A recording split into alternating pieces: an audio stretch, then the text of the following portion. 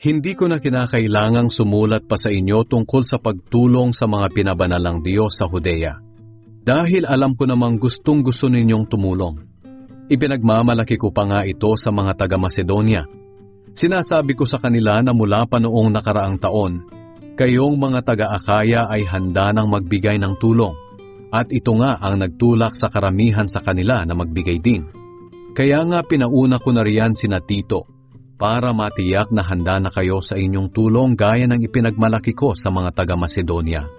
Sa ganoon, hindi nila masasabi na walang kwenta ang pagmamalaki namin tungkol sa inyo.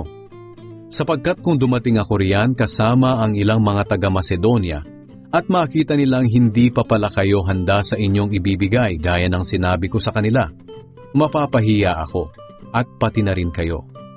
Kaya nga naisip kong paunahin ang mga kapatid na ito sa akin, para habang hindi pa ako nakakarating, ay malikom na ang inyong mga ipinangakong tulong. At sa ganitong paraan makikita ng mga tao na kusang loob ang inyong pagbibigay, at hindi dahil napilitan lamang. Tandaan ninyo ito, ang naghahasik ng kaunti ay umaani ng kaunti, at ang naghahasik ng marami ay umaani ng marami. Ang bawat isa sa inyo ay magbigay ng ayon sa sariling kapasyahan, nang walang pag-aatubili at hindi sa pilitan, dahil mahal ng Diyos ang mga nagbibigay ng may kagalakan. At magagawa ng Diyos na ibigay sa inyo ang higit pa sa inyong mga pangangailangan, para sa lahat ng panahon ay maging sapat kayo sa lahat ng bagay.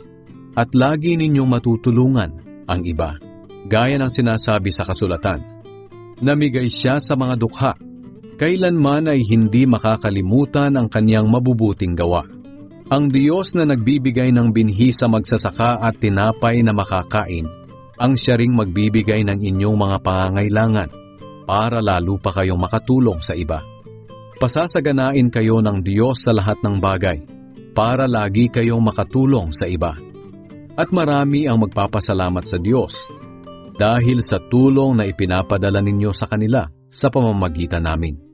Dahil sa inyong pagbibigay, hindi lamang ninyo tinutugunan ang pangangailangan ng mga mananampalataya na nasa Judea, kundi magiging dahilan din ito para marami ang magpasalamat sa Diyos.